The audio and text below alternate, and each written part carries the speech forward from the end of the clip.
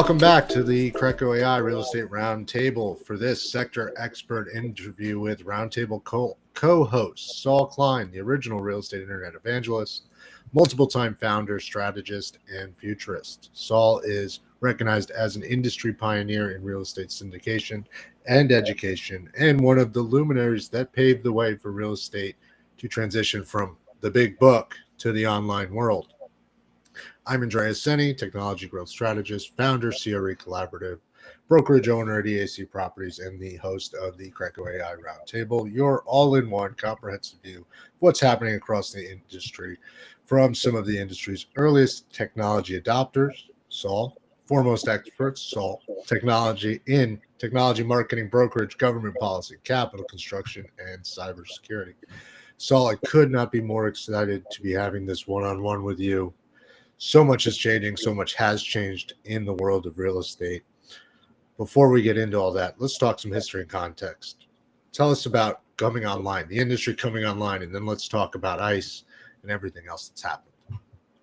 Well, Andreas, great to be here. We've been planning this for a while. We just haven't taken the time to do it. So I'm happy to be here as well and be able to talk to you and answer any questions that I can. This is a changing world. There's lots of things. I forget stuff, right? I read stuff and then the next day I forgot it because there's all this new stuff coming in, right? There's just not enough room inside and it just goes in one ear and it kind of comes out the other. So, but there is a lot taking place. And so a little history of technology in real estate. In 1993, the National Association of REALTORS allocated about $13 million to help realtors go online through the creation of something called RIN, the Realtors Information Network. I was fortunate enough to be hired to look at these new applications as they were being built, try to figure out how they might work in a real estate broker and agent's business, create the conversation around it and the compelling argument, and then take that argument to MLSs across the country. So in 95, you're right, prior to actually 93, we had the book. By the time 95 rolled around, we still had the book because you don't let go of the book on it. But that's an interesting story how we eventually got rid of the book. But we got those listings, we got them up on the internet, and Realtor.com was created, owned by RIN, the Realtors Information Network, which is a wholly owned subsidiary of the National Association of Realtors. So NAR owned Realtor.com 100%. And there were rules of operation that were created to make it something that realtors wanted to participate in. And about 1996, what happened was when Realtor.com, which was a piece of it, was the public side of the Realtors Information Network, when it was about to be exposed to the world, Microsoft decided that it wanted to do the same thing. And so Microsoft had a website. At that time, there were like 3 real estate portals, Realtor.com, actually 4, Realtor.com, Home Seeker, Cyber Homes, and Microsoft introduced Home Advisor. And the business model for Realtor.com was if you have a listing, you ought to put it up on the internet because everybody's going to start going to the internet. And they're going to get to see your listing. And because Realtor.com, we had to explain what a website was. We had to explain what email was. Then we explained that and the way I explained it was I actually had a newspaper ad from a movie theater. And I don't remember the name of the movie, but it was a big, almost like a quarter-page ad about a movie. And then in there was a URL, was a website address. No kidding. And then and that like first one I found, right? Because I'm saying, well, the internet, I'm learning, I got to go out and look, and I find that the movies are using it. Yeah, if it works for Hollywood, it's going to work for your real estate. Great, huh? Yeah, exactly. So I use that as an example. Look, this is coming. They're going to use this in Hollywood. Better put your listings up here. What's the business model? The business model for Realtor.com started at $2 a listing a month. And the first MLS to sign up, and I was the one that went out and explained it all and got on black and white acetate overheads, right, an overhead machine, and convinced the Austin MLS and the Austin Association of Realtors that this was the future, and they elected to do it, and they negotiated, and we got the price down, and we got the first contract was $1 a listing a month. Wow. No three-headed monsters, no other people get your leads. This wasn't about leads. Matter of fact, that's a whole nother conversation. This This was whole just you getting your deal out there. you're getting your exposure. Right. Right. And that was the whole idea. And your phone number was it. Your phone number was in there. And then if you didn't have an email address, you could get one at realtor.com, an email address. And this was all brand new. But then when we launched at the committee, launched realtor.com to the public in November at the National Association of REALTORS convention in Atlanta in 1995 timeframe, 96. And at that time, Microsoft decided, hey, we got to get into this. And so they jumped out with their portal, Home Advisor, and they said, we're free. We'll take your listings for free. And of course, all of the realtors said, hey, free is better than $1 a listing a month. Little did they know. And so Microsoft got their website populated, and the Realtors Information Network couldn't charge $1 a listing a month because Microsoft was offering it for nothing. And so the directors of NAR got cold feet, basically. They said, we can't compete with Microsoft. And if we have to go to zero and we can't charge for this, we can't make any money, that collapses this whole business model.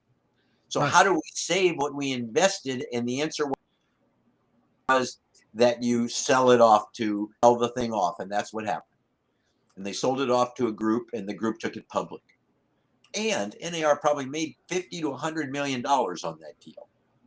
Which could be a whole different rabbit hole on NAR and what. That's a whole nother. As a matter of fact, right now NAR has a program called Reach, in which they do just that kind of thing, right? They'll take a new technology company that puts up money, and then they'll mentor it, and they'll introduce it, and then they own an equity piece, and then NAR owns, I don't know, like 100 equity pieces now. At the end of the day, more exposure for more companies, for brokers, realtors, and so forth. And why not? Us as brokers, we're putting in the data. The data comes from us. We have the newest, most relevant data working where we are. And we're putting it in for free. And historically, as you're mentioning, millions of dollars. Really, this data flow has created billion-dollar enterprises. Many billion-dollar enterprises from the data. So at first, the concept was, we had to convince realtors, because realtors believed that the value that they had was the fact that they had the data, and that people had to come to you. How do you get them to come to you? Well, they can't get the data unless they come to a realtor.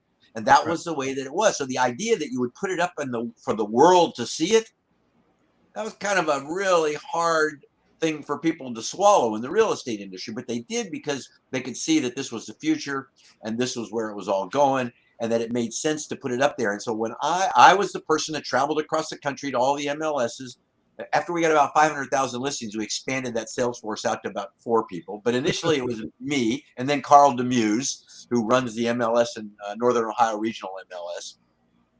And that was our job, was to go out and get these MLSs to sign up. And the idea was exclusivity. Don't give your listing data to anybody. Put your listing data here on this website, realtor.com, because here's what's going to happen. It's like the Super Bowl. And I had a Super Bowl trophy slide. It's like the Super Bowl. If the NFL decided to play the Super Bowl on 100 channels, then they couldn't charge $10 million for 30-second ads. Right. They'd be monetizing a different way. But they decided that the way to monetize was keep that content exclusive. It wouldn't take long before consumers would learn that if you want to watch the Super Bowl, this is where you go. Absolutely. And our theory was, if we put all the listings in one place, it won't take the public long to learn.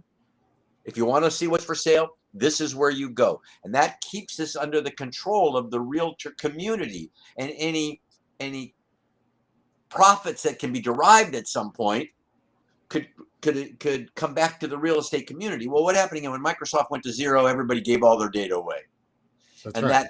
Then we couldn't be exclusive, couldn't charge. They spun it off, and then what had to happen is Realtor.com had to create a new business model. And over the years, they've all kind of evolved, right? So there was this data, had it for free. Now everybody has it, and it's really a commodity. And the idea was, how do we now determine what the value is? Because we the industry, gave our data to these new startups, because there were these new startups around 2006, 2007, 2008. companies called like Zillow, crazy name, huh? And Trulia, and all these, they wanted to get listing data, but they couldn't go to the MLS, wouldn't give it to them. And so where would they get that data? And the answer was they could get it from aggregators, companies like ListHub and Point2. And then I became the CEO of Point2. And so we began aggregating data, providing data at no charge. Right. And these companies like Zillow and Trulia became billion-dollar enterprises. That's your point. And how much of that money went back to the realtors? Not very much. As a matter of fact, what happened is your listing went up, and then other people got the leads off your listing. And most of those platforms were charging others and so on. Truly as Zillow. They found the model. Not only did they pulled the data, aggregated it from you, and said, wait a minute, let's charge the realtors backwards. So the entire thing shifted. So for 11 years, Realtor.com was the #1 most visited real estate website in the world. That's right. 11 years, #1. And I watched it. Hitwise was the website. You might remember we go to Hitwise and we'd put up the websites, we'd watch what's #1, what's #2, what's #3. And it took a while, but Zillow passed Realtor.com. That's right. And now Realtor.com was at a handicap because when it got spun off, an operating agreement got produced. At the time, it was a 1,000-page operating agreement. And it said you can't put FSBOs on there. You can't be right. All the things that were of concern to realtors, Realtor.com couldn't do. Well, Zillow didn't have those same restrictions. Zillow could do whatever it wants. So it really put Realtor.com at an economic disadvantage. And so the rules then started to change for Realtor.com. Otherwise, it wouldn't be able to compete in the world with the other portals. And it did compete. It took first place again. Zillow, Trulia overtook Realtor.com. Then Realtor.com came back ahead and above its competitors.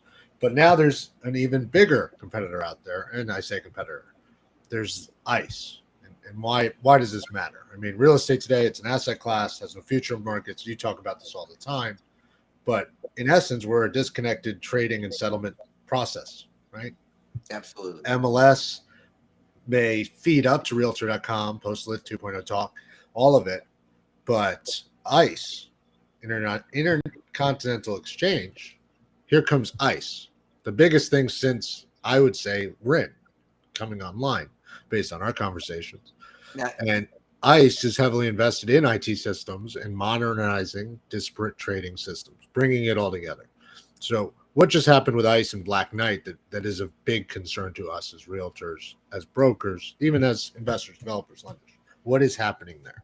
Yeah, and not as from my perspective, not so much concern as evolution. Yeah, and the fact that we need to know about it.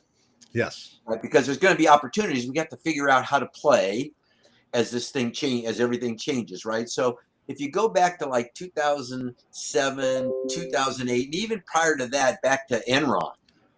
Okay. Right, and remember the oil, the Enron, and they were like selling contracts in oil, but you didn't know what oil it was, and so a lot of money was lost. There was a lot of big issues, and what became apparent to people is you have to be able to grade things to be able to invest in them. If you don't, then again, you're really taking big chances. And so in that time frame, in 2007, after that, 2007, 2008, and the big financial collapse, part of the reason for that were bad loans, right? That's a whole nother story. And a big part of that was really not having transparency into the assets. And another part of that was how much it cost to place a loan. That loans cost like $7,000 to $10,000, which is ridiculous. And who discovered this, who really was looking at this first, were like the big money players, like MBNA and Citibank and Chase and Wells Fargo and the GSEs, right, the government service enterprises like Fannie and Freddie, right? And so they're all looking, said, well, what's going to happen? Who's going to kind of try to fix this? Now, Fannie and Freddie kind of looking from the outside, but what was decided by all these big financial players was they needed to create this digitized loan process, which would lead to the digitization of real estate. And so the person's name, and I really hadn't followed him very much, but is worth following, is Jeff Sprecher. And Sprecher then was brought in to start to to create a system that could bring in data and information from all over, a high level, real capable. So now give you an idea of who ICE is, Intercontinental Exchange. They own exchanges around the world. And the big one that I always use as an example is this is the entity that owns the New York Stock Exchange, right? And they create markets and they create futures markets. And so this is a big organization tasked with digitizing the housing finance system. And so to do that, they had to make acquisitions because, as you mentioned, part of the issue with the housing finance system is it's all separate and disparate, and there is no one place, right? So it's difficult. And what happens when people loan, and that's another issue, people don't even understand how the real estate finance system works. So here comes CRECo and Intercontinental Exchange, and they're into the exchanging and creating the technologies that give insight and allow for, faster trading, better trading. So this is a big company. If you haven't followed it, look it up, Intercontinental Exchange. Look up the acquisitions. I lose track of all the acquisitions. I write them down. Like they purchased MERS, right, which was what they call the golden record, right? Because here's the problem. You get a loan. So let's talk about the housing finance system in general. People don't know how it works. And so people say, well, I'm going to get a loan on my house. Well, that's great. How come you can get a loan? Well, because I can go down to the bank and I can borrow the money. And so I get a loan. And then people say, and then if I don't pay it, the bank takes it back. Well, that's not really how it works at all, right? That's right. The fact is that the banks are the front people for all of this. The banks, the mortgage companies, and while there are portfolio lenders, the fact is that the housing finance system is government subsidized in this country through the GSEs, right? Through the government service enterprises. And so when we look at this and we see that there are these major entities that buy these loans. So how come there's all this $17 trillion in the real estate, the largest individual asset there is, and you mentioned that there's no futures market for it, but it's giant, trillions of dollars in loans. Where does that money come from? Where did $17 trillion come from to finance? It didn't come from the bank. So what happens is you've got these people that can handle money, like banks, and they have capital and they will place that capital, but they try to place it with criteria so that they don't have to hold on to that loan. That's right. They're going to sell it to the next guy and the next guy. And this was a crisis, bad loans, writing on a mirror. We all remember this if you're in real estate and you've through it. Plus $7,000 to $10,000 to originate, to put the whole thing in play anyway. Yeah. So it starts out. So when you go to get a loan, the reason there's money there is because the institutions put this together and then they sell it to investors. And actually, they'll sell it to the big loan. Most of them are bought by the GSEs, by Fannie and Freddie. And then those loans get packaged up into securities. That's right. And they're mortgage-backed securities. And those mortgage-backed securities are sold to pension funds. Right? So if you work for the teachers union in California, there's a good chance that there are loans in loan portfolio in the retirement plan. And if there's a collapse of the real estate market and the mortgage market, it's going to affect your retirement. Absolutely. And so the way this works is the loans are then placed, then they're purchased in what we call the secondary market. And the big buyer in the secondary market are the GSEs, Fannie and Freddie. And they have a requirement. They're independent companies. They're not the government. Right? They're not the government. That's what we're told. Right? They're independent entity, but they got their own interests and they make money. And what's the government got to do with it? Well, they've got these GSEs have reserves they have to keep in case loans go bad. And in 2008, 2009, a lot of loans went bad. To say the least, yes. And what happened was the amount that went bad exceeded Fannie and Freddie's reserves. And so they were basically insolvent.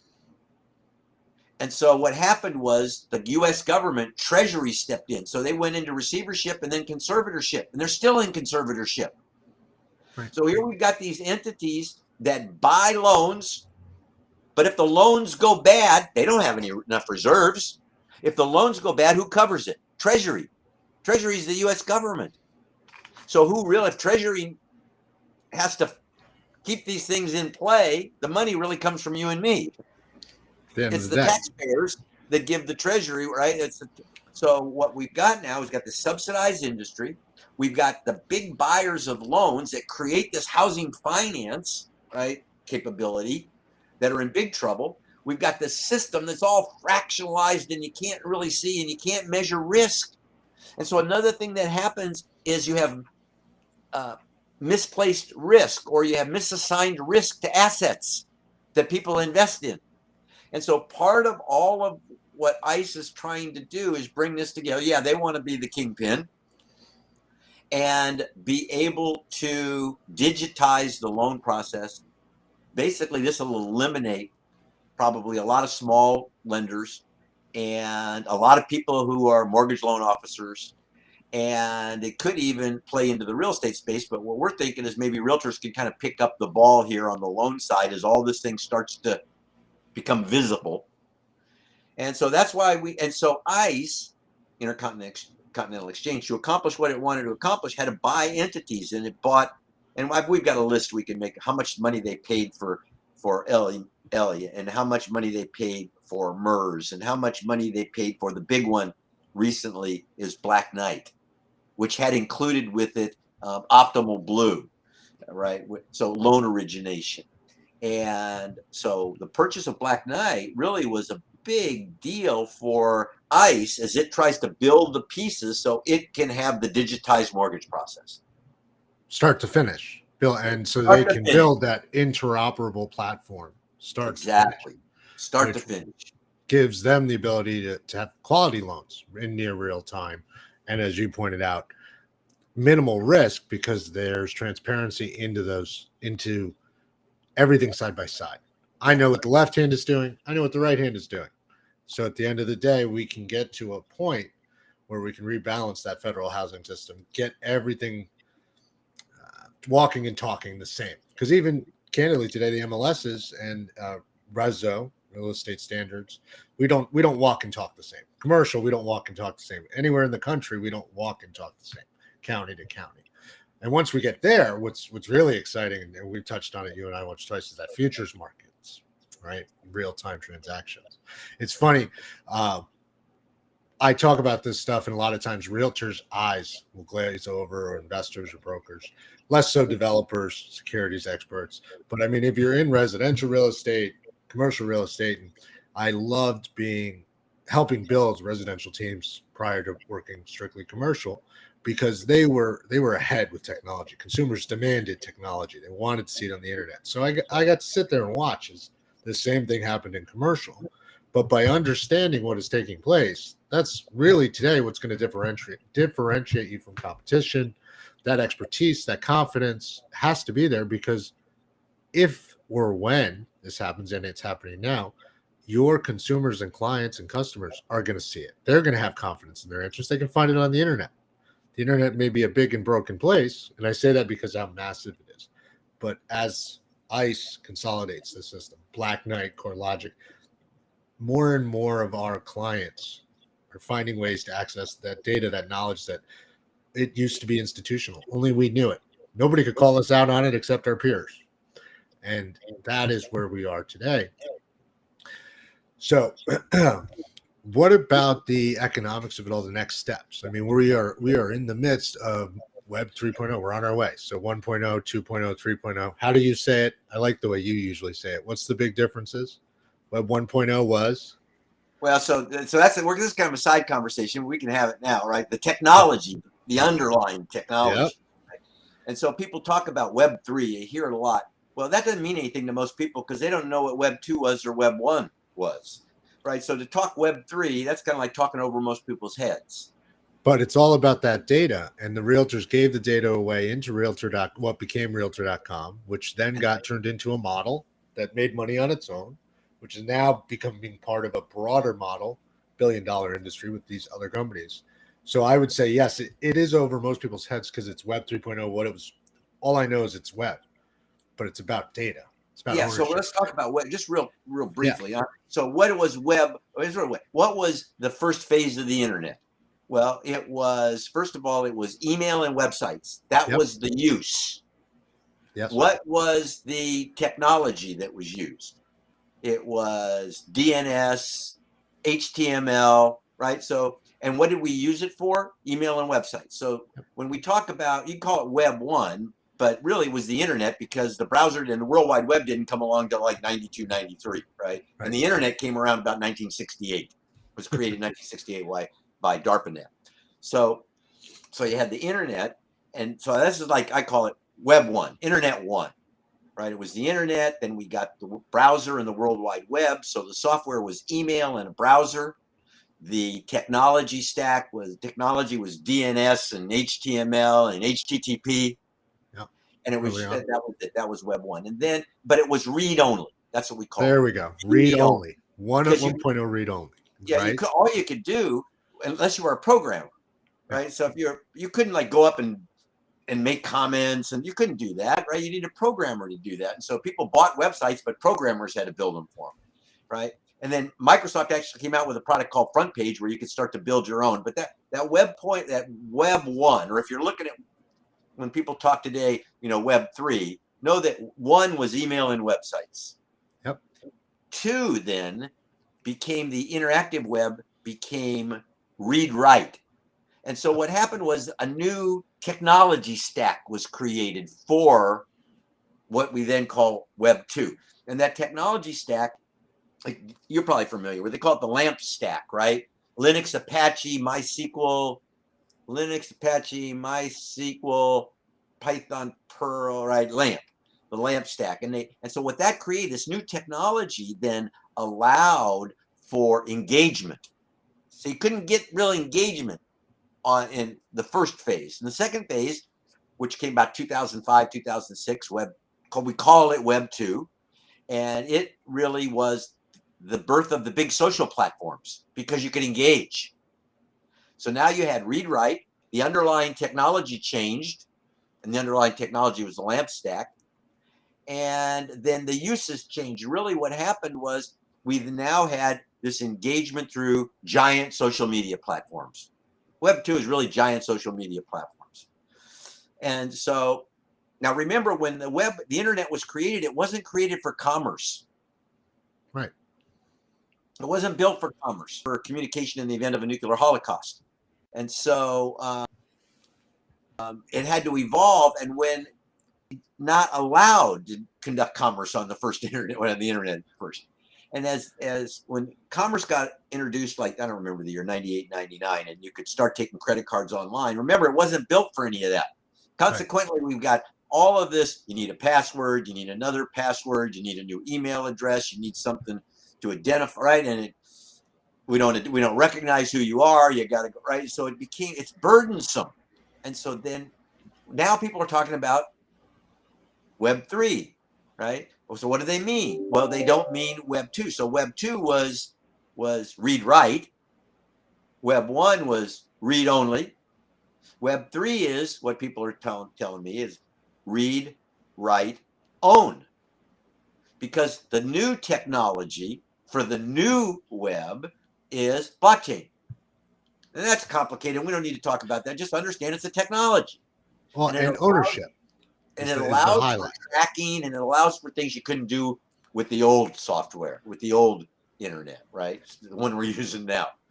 And so you're going to see with Web 3, lots of different changes, because you can track things. Things that you write can be tracked. Attribution can be given back to you. I always used to liken this idea, before we even talked about Web 3, to BMI and ASCAP. If you're familiar with the music world, Elvis Presley record gets played, whoever owns oil gets paid, right? And so yeah, he wrote this, all right. And so people have got different, well, what about the producer? What about the director? And all these people got a piece. When that music gets played or utilized somewhere, all those people get paid.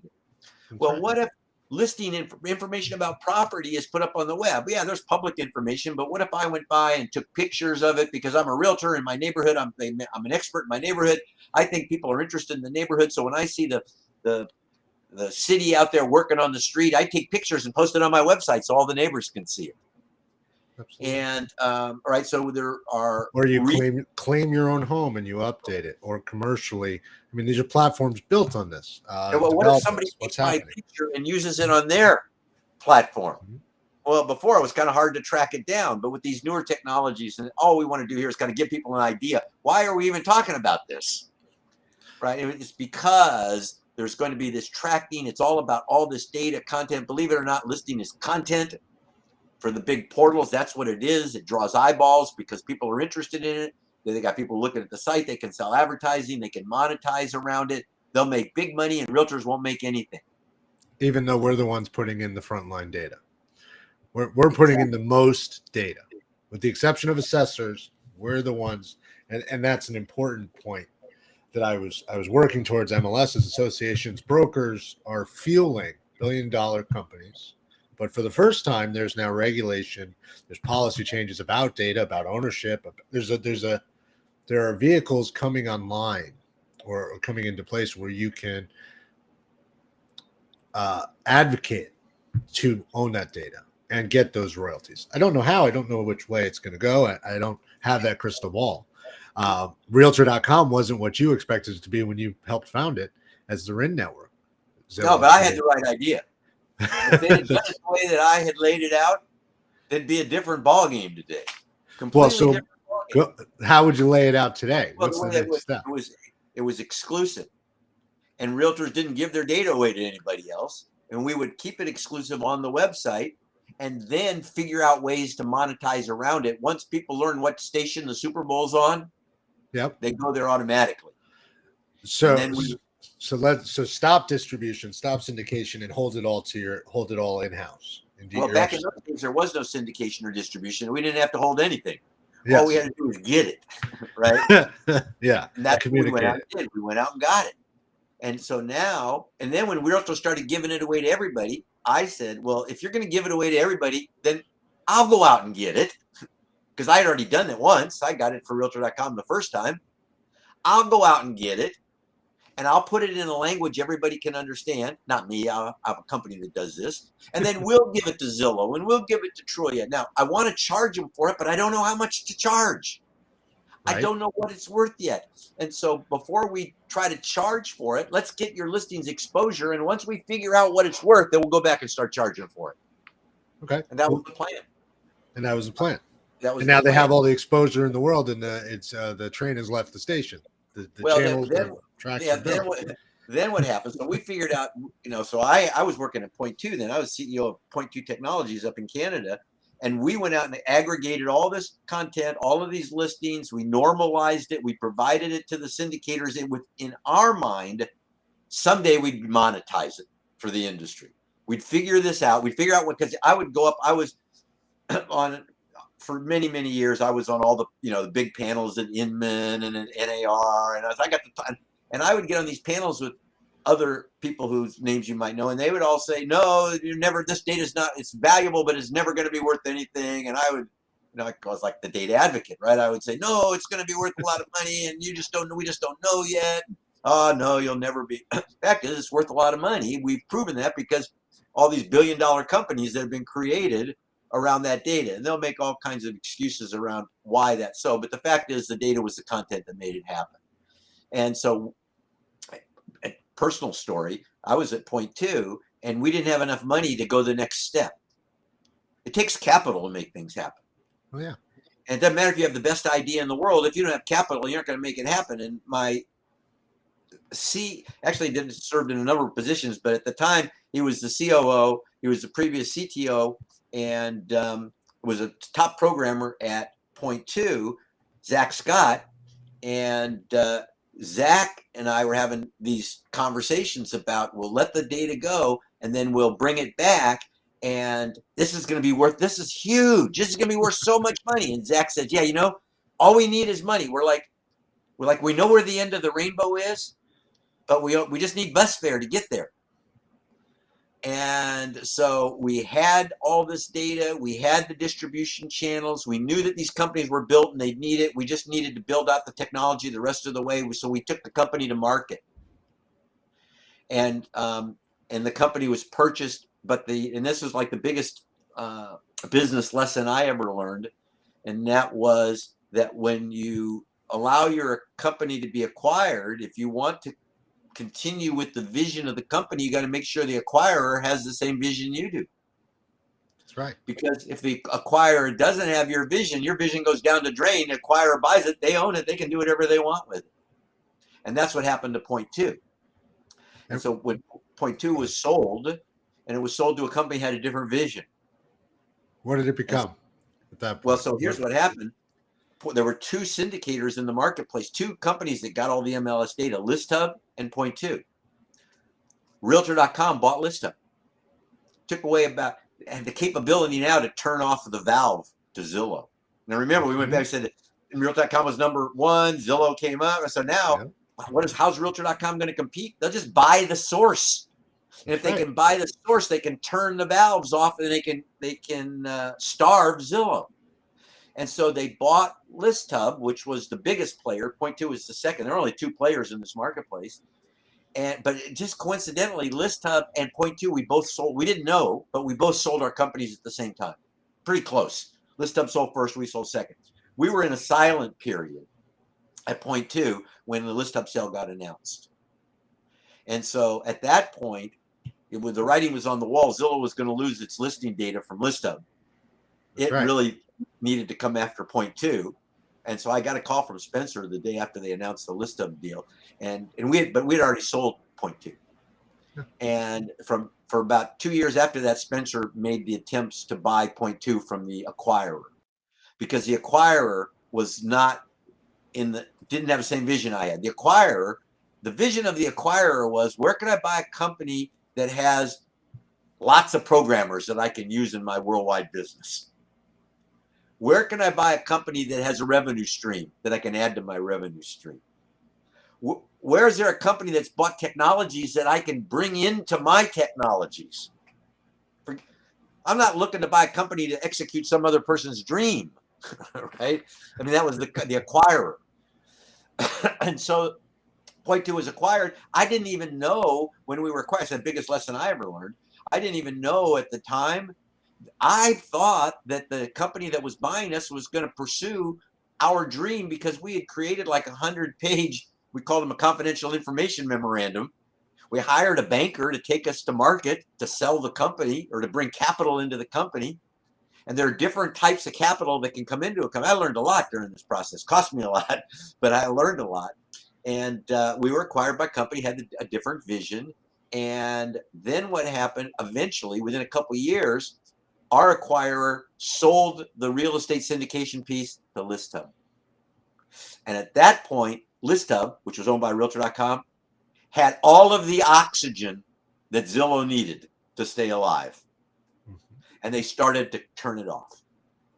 And as they started to turn it off, Zillow needed to find new source of content. So Zillow went out to MLSs to get direct feeds, which they had to do, because Realtor.com was closing the valve, on changing the data contracts, changing what you could do with the data contracts, restricting Zillow's business. And so Zillow had to do something. And so it did. It started to get broker contracts. But I will tell you, because I've done this twice, to get all of the contracts in the country, the data contracts from MLSs, is no easy chore. And it takes a concerted effort. Part of it is just the governance structure of an MLS and an association. It's got volunteers. They change every year, right? So they've got committee structures. You got to know how to get into and participate, through this process. It takes time.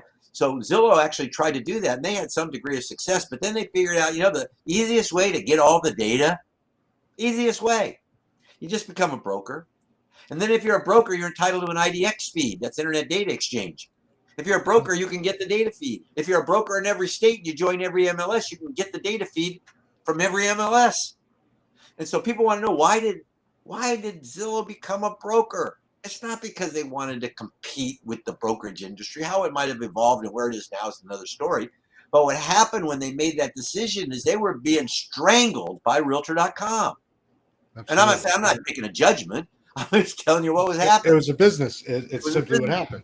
They take away the fuel for the fire. You take away what they can sell, their goods and services effectively. Realtor.com being the wholesaler in this parallel, and they have to go get it direct from the manufacturer. And they did. Forever changing the rules for the MLS and all of it, right? Trulia and others. And then residential realtors I know back in 2012, 13, 14, paying $40,000, $50,000, $60,000 a year for leads. That could have been. That's right. So that really, the internet did change to me. The real estate industry, for me, was all, and I'm a broker. I've been a broker since 1977. I'm still a broker. I got my sales license in 1975, right? And so to me, the real estate business has always been about relationships. Yep. It's Network not been is your about net worth. Perfect. I went to work with a company where they had a sales room. And the sales room, they all had leads, and I couldn't believe it. They would pay him. All they knew was a name and a phone number. These people on the phone, right? And it was all about leads and working leads and generating leads. And to me, that wasn't what real estate was about at all. Real estate was about relationships. Matter of fact, for me, real estate was about owning. Right? I got into the real estate business. I didn't get into the real estate business because I wanted to sell real estate to other people. You wanted the first shot at the real estate yourself. I wanted to get the real estate. Just so happened to selling it to other people allows you to eat while you're acquiring the real estate that you want to acquire. And so it never was about going out and sell. So the whole model changed really when all this emphasis on leads as a result of the internet. Now that's all they think about. Yeah. And it's all where about do I get my leads? So that's not the real estate. And I know that's the way it works. And that's where people think it's going. But to me, still the most important piece, and I think it's going to come back to this, is trust and confidence. And it's about treating every buyer and seller as an investor, because that's what they are. And we talked about this back in the 1990s, and it didn't happen, but it's going to start happening now. And that is the role of the realtor is going to change. Well, it did change, but it changed into lead generation, right? It's going to change into more of a consultative business again, because people are going to want to know more about the properties. More of that information is going to be transparent. And who's going to be the expert to talk about it? The realtor. So really, if you want to carve out your position, practicing real estate in the future, you need to start paying attention to the information you can accumulate about properties and then how you can articulate that to interested parties. And if you can do that better than your competition, forget this idea of buying and chasing leads. That doesn't do anybody any good. That's a disservice, I think, to people who are real estate licensees. To think now we really are putting them in a salesperson box as opposed to a consultant's box. As an advisor. What they should be advising an expert in an area, in a market. Technology, as a broker, I would always say, I'm working in the best time in this industry because the technology is available for me to go get and grow as much business as I want, because I can learn about a person, about an entity. I can start to build that network, that relationship over time, not by leads, because lead buying is a trap. It's the same as saying marketing is going to sell this property, as opposed to saying, no, I'm going to sell this property. It's not just putting it up there. Things don't sell themselves, except marketing. That's the only thing that can sell itself. It's the greatest marketing design of its kind. And a great example, a friend of mine quoted the other day, he goes, you don't see Salesforce marketing. They go out and they sell. But to your point, but here we are, we've got to go back to this consulting foundation. The Senies that my grandmother used to go get in a plane, fly the plane, she had a pilot's license, string properties together, looking down at them, find the right ones, build out contiguous properties, develop it. As a broker, why? Because like you, she wanted to first shot at those properties and then to sell other properties and so on. So I get it. I buy every property at least 3% right. Really? I buy every property at least 3% right. Well, because you're taking your commit. Well, right. Depending on what you charge. Right. Right. I don't sell real estate for other people anymore. It's been a long time, right? But when I was accumulating properties for myself, that was my whole concept. I got into real estate to acquire properties. That was another thing. I didn't have a lot of money. I was a naval officer.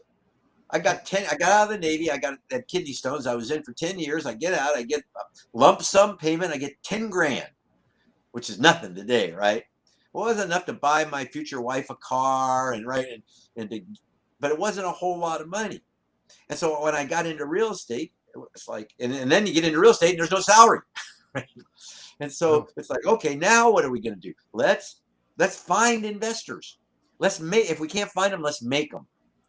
And so I found a property I thought was a great property, and I had a real estate business partner. I said, it's a great property. Let's figure out how we can buy it. And I went and said, Dad, I found a great property. Do you have a couple $1,000?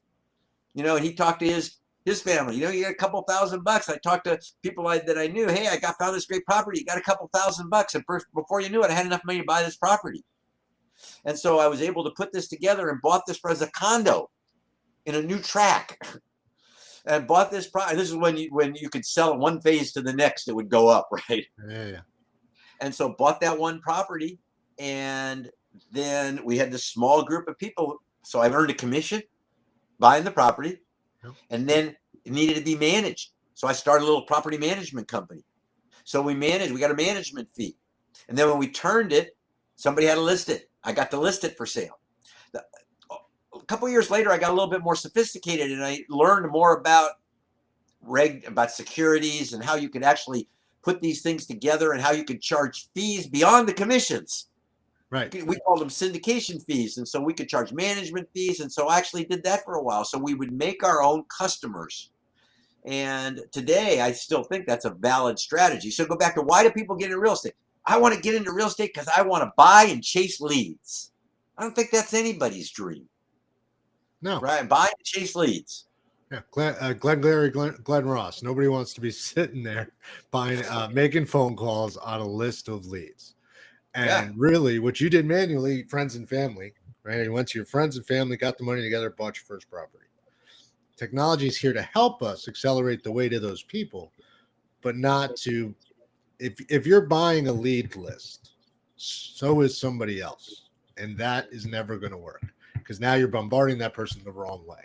If you're creating value and you have that confidence, that market knowledge, and you're presenting that property like you did, that condo. This is why, this is what, this is how, and they had confidence in you, they bought it. If you'd called up a list of people who bought condos, they may not buy that first one from you. They may not even talk to you. But as you started to do that, these people became available, I'm assuming, because they started to know who you are. So as Regan says, our show producer, you can't get to 100 if you don't get to 1. You get your license, you start buying and selling for yourself. Which is funny. I think I remember in 2006, I remember a real estate trainer saying that to me. Most of you are never going to sell a thing, or you're only going to buy your first home. That's what you're here getting licensed for.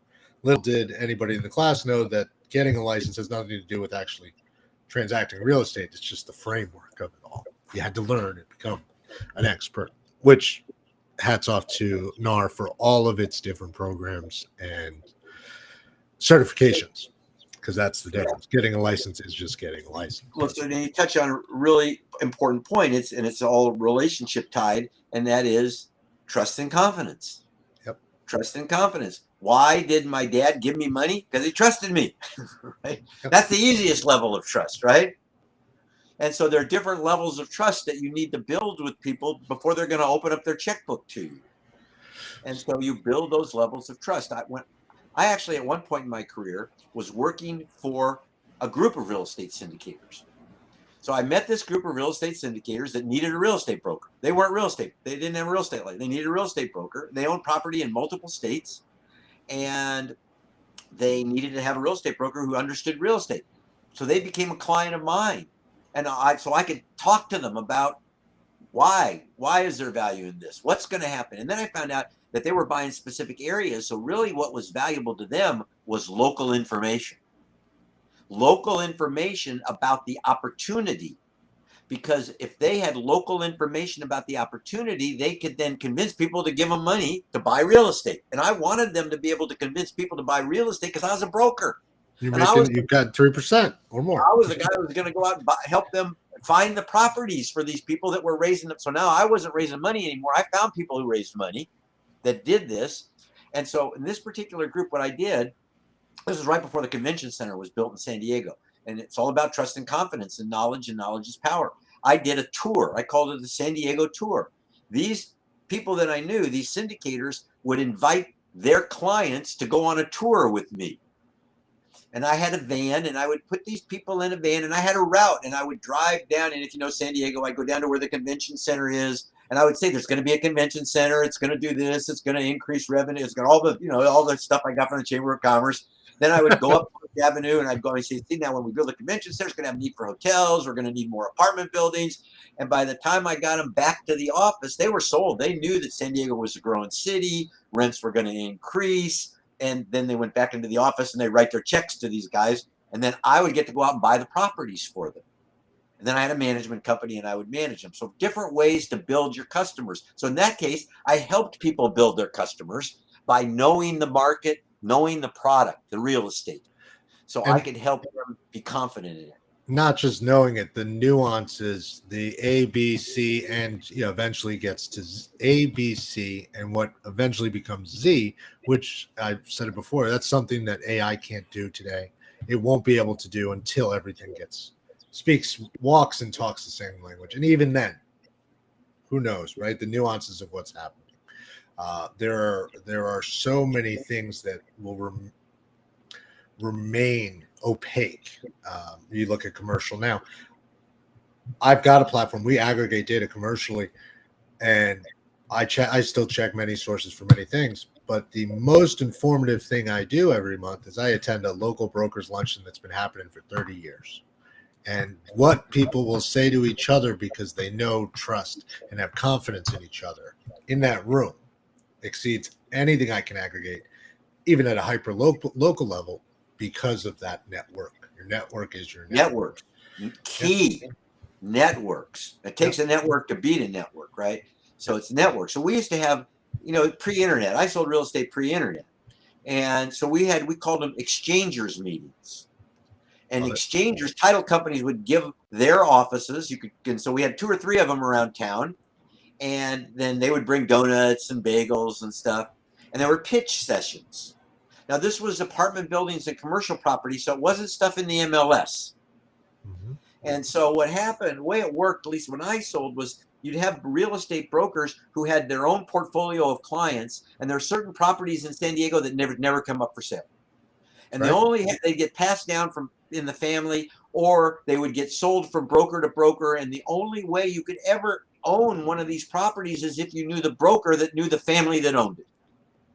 And where did you run into these brokers? At the exchangers meetings. And you would go to the exchangers meeting and you knew these people, and then you would do pitch sessions. And sometimes, I can't remember what we called it, haves and wants were pitches. But then you'd do a thing where you just deal making. I can't remember what we called it, but you'd do a deal sheet, term sheet. You'd say, okay, because I had some clients that owned properties in Austin, Las Vegas, and Arizona.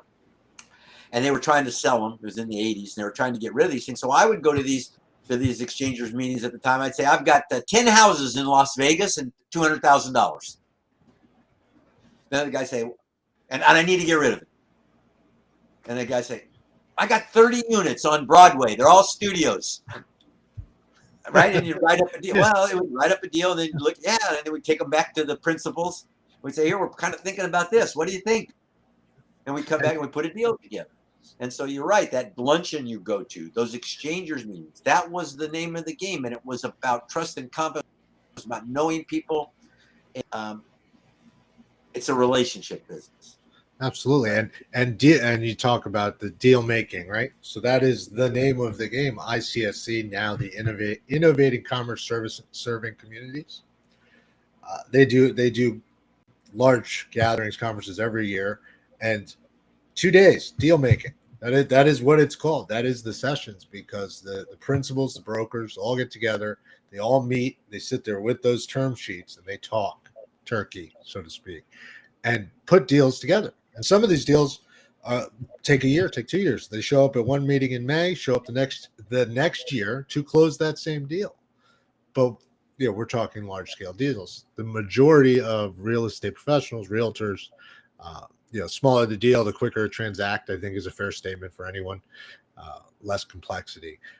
There's still that network and growing it and belonging to it. NAR being the biggest in the country as one of them, primarily residential, but they do house, and house may not be the best word. I'll let you correct me here, Saul.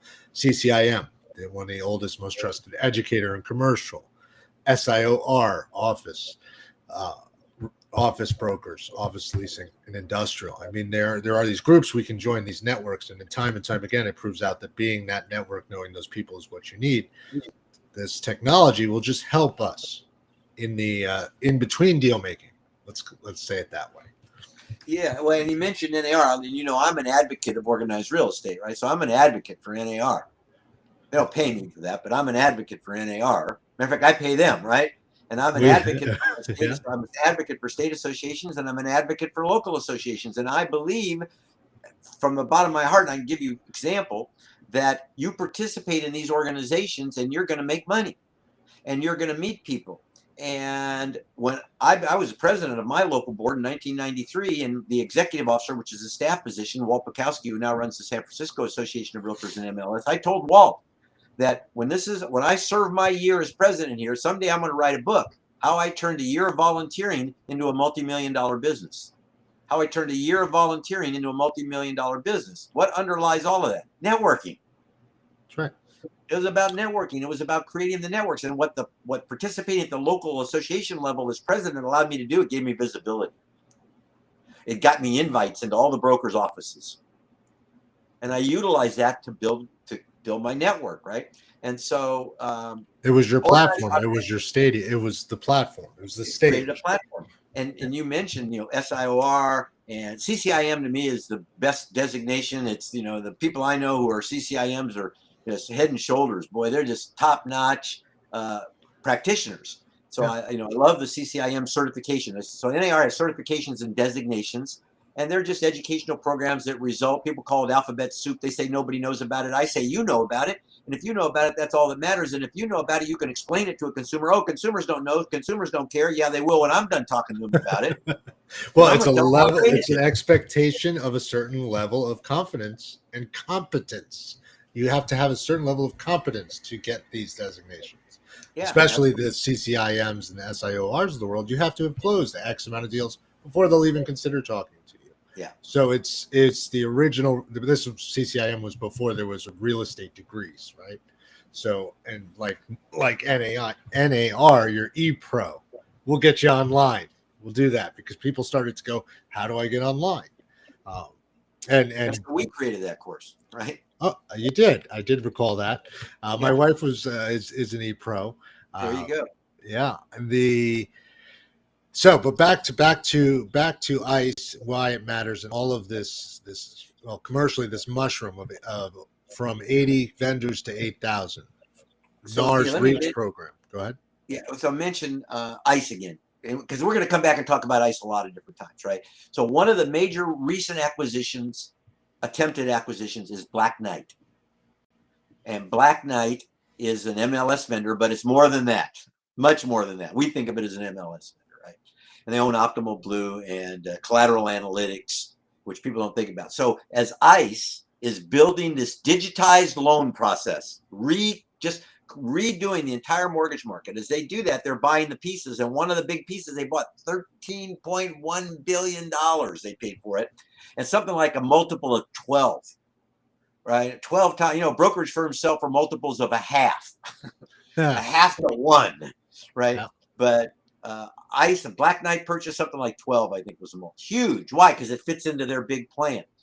Now, the Department of Justice got it. They think, oh, no, too much control for ICE. So they want to look at this. And then, interestingly enough, Fannie Mae came out against the acquisition. Now, you got to remember, you got the primary market and the secondary market, and ICE is pretty much getting control of the primary market. The GSEs got control of the secondary market. Now, the GSEs are in conservatorship anyway. They really shouldn't even be in business. If you think about it, the U.S. government's underwriting this. If you could bring private capital in to replace the GSEs, you probably really ought to do that. That's the big argument. That's the big conversation. The big conversation is, do we really need GSEs? To what degree? Can't we have a housing finance industry financed by private capital as opposed to the government and government guarantees? And the answer is, if we could make risk more visible, if we could price risk properly, we could bring more capital into the marketplace for the finance, and we probably wouldn't need the GSEs. Now, the GSEs don't like that, even though they're in conservatorship. They don't like that idea. So what happens is you got ICE with the Black Knight acquisition, and you've got who's opposing it? Fannie, because ICE is getting control of the primary market. Fannie's got control of the GSEs of the secondary market. ICE could actually jump in and take control of it, right? Because they got the technology, right? And so just as Realtor.com choked out Zillow. Now here you go again. If they've got the technology and the data, go ahead. Who's again? Now ICE's technology, I think, advanced to Realtor.com and Zillow and the rest. Of course, right? Yeah. And in a much better position than they are. So here you've got this where there is this major acquisition you've been reading about, but it's not done yet. And the major obstacle at this point is Fannie Mae, who actually is a competitor to ICE. Well, and ICE acquired Ellie Mae mortgage origination 2020. So Fannie, Ellie. Well, yeah, Ellie a little bit different than Fannie and Freddie, but yeah, they acquired Ellie and they acquired MERS, and they acquired. There's a Simplify. There's a number of them, and we'll post that number. There's five. They spent like $30 billion before the Black Knight acquisition. And for anyone who doesn't know, Black Knight sits, I wouldn't say behind it, but it provides basic foundational data for the MLS to operate, tax data. That's that's the thing we just all know. So those that don't know. So we know it for. But it owns Optimal Blue. We take a look at Optimal Blue and loan origination and all the different things it's in. But yeah, we know Black Knight is an MLS provider, as a vendor, right? And if you can't rate it, you can't grade it. And then part of the ICE concept is this really came from ICE. If you can't trade what you can't grade. And so that's part of the problem. If you don't know what the neighborhood's like where the loan is, what about the commercial? What about the Amazon center that's going to go in down the street from the house that's got the loan on it that you're going to buy? And so they can't grade, and they're buying portfolios. And then if things start to go south, these portfolios lose value. And remember, these portfolios they create mortgage-backed securities and sell them to you and our pension funds. So, right. So there's a lot of concern about how this might work and how this works. And so everything's taking place. ICE is moving down that path, and Black Knight was a purchase, and there's an obstacle in the way right now. And so that's the latest on that, right? There's pushback on that purchase. ICE is probably thinking, if that purchase is, goes off the rail, what's our next step? What do we do? And so you got to be thinking that they're thinking that, right? They're really sophisticated people. Well, right? And CoreLogic, I believe, you have CoreLogic behind Black Knight, not behind, but sitting shoulder to shoulder. CoreLogic, Black Knight, CoStar, really. Mm-hmm. Commercial CoStar. You think about CoStar and what they're doing in the commercial space, and so the residential space, they're buying up. They're coming this way. Yeah, they're exactly. So actually, if you could look at ICE and CoStar, it's kind of like in the same world. And the question is, who's going to come out on top of the real estate piece of this, CoStar or ICE? There's an article worth reading. Huh? There's an article worth writing and reading. I know who I'm rooting for, but we won't say it here. But anyway, that's what's happening. That's going to create competition in the marketplace, a lot of interesting things. And so a year from now, people might wake up in real estate and find out they don't have the same job that they thought they had. Well, right. They're consultants. They've had the same job. They're just led astray by leads and dial. And there might not be enough consulting to go around for all the people, right? That has been that's always the case. Yeah, that's always been a call to arms, and many times over. That's a fair point. Let me add a point, one more point here on trust and confidence and building networks, and that. And this, you're going to see a lot more of this, because this is another great point. Land use policy in the United States is changing. Land use policy in the United States is changing. It's going to change greatly. There's money behind it. There's policy behind it. You're not going to recognize the things that take place in the next couple of years. So land use policy is changing dramatically. There's going to be, that means if you're a real estate person, that means opportunity. Mm-hmm. And so if we know that there's funding and policy, that's going to create opportunity. And so I'll go back to my example of driving potential investors through San Diego. Yeah. Well, so I would drive them through a part of town in San Diego called Mid-City. Now, Mid-City was the part of San Diego between Highway 94 and Highway 94 on the south, and downtown on the south, Highway 8 on the north, La Mesa, which is a small city, on the east, and the ocean, right, on the west. So that area, kind of, that's the mid-city area, and part of that was blighted and run down, and the city got money available from the federal government to hire consultants in 1981 and send the consultants out to all of the businesses in the mid-city area and explain the revitalization process, and explain block grant financing, and explain how and why the city was interested in improving the neighborhoods. Because if you improve the neighborhoods, you increase the tax base, you increase revenues to the city. So the city was willing to invest money to teach people about revitalization that would increase the tax base, and the city got the money from the federal government because the federal government wanted this to happen too. Now we're in that kind of that same ball game now. Now I participated in it. I was a new real estate broker. It was 1981. I got my broker's license in 77. I bought the car wash. I bought some property up in the mid-city area, had a little one-bedroom house on it. We made that our real estate office. And this consultant from the city comes in and explains to us what's going on. And we're brand new. There's 4 of us, brand new young real estate brokers. We say, we're behind it. We'll go to all the meetings. We'll go to the city council meetings. And we started to participate in that. And sure enough, over the years, the revitalization took place, and that part of the city's completely turned around. A house in the North Park area that you might have been able to buy for $40,000 back then, or $30,000, is $600,000 today. And it's the place, right? They've changed the whole look and feel, and they brought in funding. The city made funding available, but it took private enterprise. The people who own the businesses had to say, yes, we want to get involved. Yeah, we want those trees in here. Yeah, we want new bus stops. Where's the money come from? Oh, the money's here. Yeah, we want to paint the signs new. Yeah, we want new sidewalks. And so then when I would give my tour, I would drive up and I would say, notice the new sidewalks that came, right? The city's going to spend more money here. And it was all part of why I knew my neighborhood. And I was able to transfer that trust and confidence through knowledge so that people were willing to open their checkbooks and invest. You're the original aggregator. At least in my neighborhood. Right? Well, to your market. And that's really the point of it all. Yeah. I love it. And you don't drive the tour anymore. You use Google Earth, and you only buy and sell for yourself. But it'd be interesting. It's a shame you didn't have a video camera sitting on your dashboard then with the recording then. For now. You know what? You're absolutely right. And what I was teaching realtors when the digital camera first came out was take your digital camera with you wherever you go and take pictures of everything. Memory's cheap.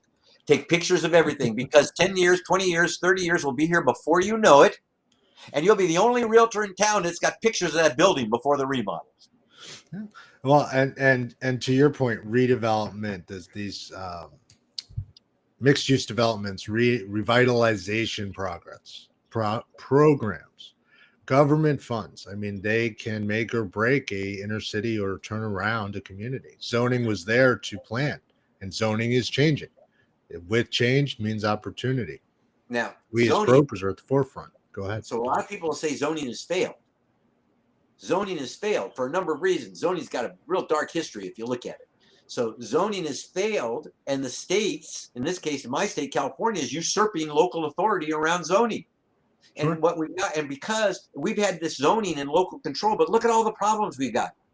Housing affordability. People can't afford to buy houses. The zoning isn't working because people can't afford to buy things. And so in our state, California, the legislature has said pretty much no more single families. You can have a lot zoned for single family, but you can build 2 units on it. Or you can build. So these are things people ought to research. They ought to research SB, Senate Bill 9 and 10 in California. SB 9 and 10. And they're going to be in 6 major cities in California in September.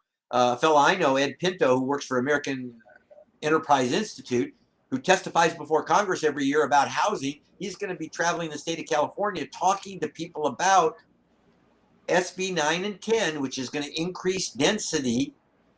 Very important for realtors and for people interested in real estate to know what that means.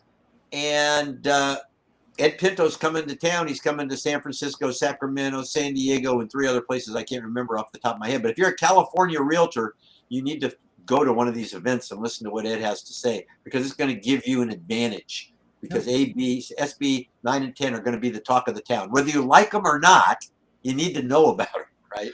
There's huge money, and there are developers dedicated to coming in and overriding local zoning laws for affordable housing. That municipality didn't keep up. They show up and they build these apartment buildings with affordable as a portion. Why? Because as you said, housing is necessary. Now I can't or wouldn't blame just zoning on affordability, the affordability crisis. No. There are other, but outside of that, spot on. And you and I could talk for hours on all of this and go every which way. We have got a lot of paths we can walk down for sure. I want to 12:42 here. We've been on for an hour and 42 minutes, so this is our longest conversation one-on-one. What is the biggest takeaway outside of go to your local zoning meetings? Hell, you don't even have to go. I think they're on Zoom now. Check the zoning minutes and federal funds. You listed 2 local to your state.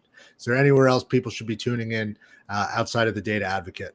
And that is where they should be tuning in. Well, we're trying to keep up with all this at the dataadvocate.com. So if you go there, we're going to do our best, continue to do our best to write about this. Yes, I would go to AEI. This is one of the best resources. Matter of fact, they have a toolkit, and it's an amazing toolkit. What if you bought this property and you made these changes, and what would happen? And I'll send you the link, Andreas. It's amazing, right? Because you did, but it's really important to start to look at smart growth, smart planning, using the data to help you make decisions. So data to drive decisions, from data to insight idea. So if you go to the Housing Center of AEI, that's a great place to go. AmericanEnterpriseInstitute.org. Another one is Up for Growth, upforgrowth.org, where there were 3.5 million units short, and everybody says we're 3.5 million units short, but nobody's put a plan together to do anything about it, but this nonprofit has. And so I think that's a valuable place to go into. The Urban Institute is another. There's plenty of good resource available to people to start to learn this. And I think every day in your plan, as you do your planning in solitude every day, give a little time to learning a little bit about the growth opportunities in your area. Go to the AEI site. I wrote them down. Another one is foottrafficahead.org. Foot traffic ahead. Another thing that people are talking about, and you know this, is more density. Increasing density to increase walkability. Increasing walkability means less driving. Less driving means a more clean environment. There's all these reasons, right? Then people say, I don't really want to walk. And then they talk to the millennials and they say, I really like this idea, right? So now we're back into know your audience and in real estate development. You mentioned mixed use. Mixed use been around since they started building buildings. Back in the old days, you go to old parts of town. I had an aunt that owned a like a little grocery store, and they lived upstairs. This was very common, right? Mixed use kind of. And now a lot of these projects, to get them mixed use, right? Well, it's for the town to sign on. You've got to go mixed use because at the end of the day, the town has to approve, the neighbors have to approve, unless it's being superseded by the government. Well, now you hit another point. It's coming down the line. That's this whole idea of NIMBYs. NIMBYs are destructive. Not in my backyard. I mean, this is the craziest thing I ever heard of. It probably started in California, but so I'm a real estate guy. And when I buy real estate over the years, when I would buy real estate, I would buy it based on what it was zoned, and what it was zoned would tell me what I could do with it, and what I could do with it was going to tell me probably how much money I could make. Yep. And so I bought real estate and I held it. That was my thing. I would buy and hold it. I would be, if I bought real estate, to build something on it and held it for 30 years and then had all the neighbors tell me they didn't want it. That's baloney. So having the community being able to have input on what you build on your property, that's baloney. And that's been going on, and it's outrageous. And that's why we don't have enough housing, because nobody wants the housing built in their backyard. And so NIMBYism. Well, thank goodness we've got a new movement coming, and that's YIMBYs. The yes in my backyard people. And the yes in my backyard people, they want this kind of thing, right? And so, but the NIMBY, the ability for the people that live in the area to supersede the zoning, to me, is a sin. Yeah. And I understand concerned neighbors and all of that. I'm one, right? And I own real estate, live in the neighborhood. At the same time, if it's zoned for, if the government said this is the structure, then to allow people to invest based on that, and then to let the people who live there override it at some point in the future, that's just not fair. Yeah. No, it's not. Even anytime zoning by right can be overruled means the plan is out the window. That's the bath and the bathwater gone for the owner, the investor, the developer. Because as you said, pointed out, if you can't rate it and you can't understand what it's worth and what it will be worth because there's no regulation around it, that's basically what that is, taking away that regulation, that ability to plan for. Yeah, so we'll see. Can't grade what you can't grade. So I'll give you another story. So there's a big lot here in San Diego that's been controversial for years because the neighbors don't want it. So people want to build apartment buildings there. And people have tried to build different things there, and they won't let them build anything. And so recently a church got approved. Now I'm thinking a church is great because it's only busy on Sunday. Churches don't pay taxes. And so the neighbors ought to love this, right? So the neighbors, nope, they don't want a church, so they fight that. Now guess what? They got homeless camps. Right. And I got all these homeless, and now they're complaining about the owner. That the owner should do something about this. Right. And meanwhile, he's been trying to do something, and he's been shut down time and time again. And that story's nationwide. Owners getting stuck, unable to move that property. And although real estate is generational wealth, still taxes have to be paid. And if it's not a tax producing property at an optimal level, Shelton's a great example of this. Huge here in Connecticut. Everywhere and anywhere there could be something, there is something. We are supported by those office buildings, those retail shopping centers, this mix, unlike other towns where the town wouldn't have it, the people wouldn't have it, so they pay the brunt of those taxes. Hey, this is interesting. In San Francisco's trying to pass a vacancy tax. Wow. So you can't it's hard to move tenants out of buildings in San Francisco. You got to give them all kinds of stuff. And if you get a vacancy and you're a mom and pop, you might not want to put anybody else in there because it costs you $40,000 to get them out. Wow. And so San Francisco, the city doesn't like this, so they're actually trying to pass a vacancy tax. So if your building's vacant, they're going to tax you on it. Now, part of the group they're going after for the vacancy tax are all the uncompleted residential property. So if somebody builds a high-rise building in downtown San Francisco, it's got 300 vacancies because it's not done yet. Yeah. Vacancy tax. Yeah. And the model to build that and own it and develop it would not include that whatever percentage. I mean, that could kill the deal in and of itself, or at least kill a huge amount of profit. And many of these projects are built in stages because of cash flow. Now you want to take that away with the vacancy tax, or change the entire way it's approved. You'd have to approve it in stages, start separating it out. Wow. Always a lot to talk about with you, Saul, and our audience. Thank you for tuning in. As a special thank you, speaking of networking, CRETech New York 2022, to our listeners exclusively, use CRECo.ai for 20% off.